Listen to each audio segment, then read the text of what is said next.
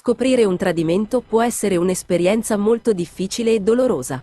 Se sospetti che il tuo partner ti tradisca, è importante affrontare la situazione con calma e lucidità. Ecco alcuni segnali che possono indicare un tradimento: cambiamento del comportamento.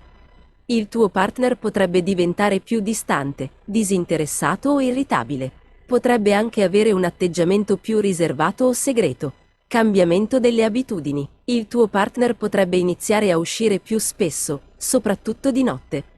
Potrebbe anche cambiare il suo modo di vestire o di truccarsi. Cambiamenti economici. Il tuo partner potrebbe iniziare a spendere più soldi del solito, soprattutto in spese non giustificate. Bugie e giustificazioni. Il tuo partner potrebbe mentire su dove è stato o su cosa ha fatto. Potrebbe anche cercare di giustificare il suo comportamento in modo insolito. Se noti uno o più di questi segnali, potrebbe essere il caso di approfondire la questione. Puoi provare a parlare con il tuo partner direttamente, ma è importante farlo in un momento in cui entrambi siete calmi e disponibili ad ascoltare.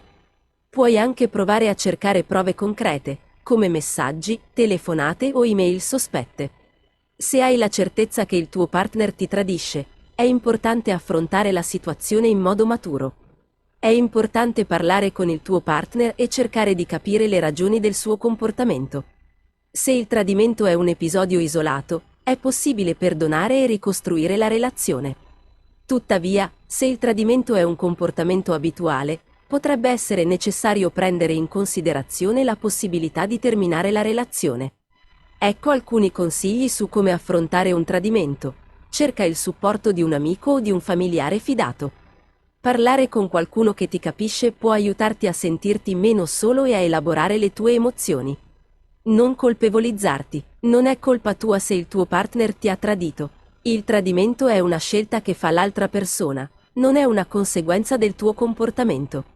Prenditi del tempo per te stesso. Dopo un tradimento, è importante prendersi del tempo per guarire emotivamente.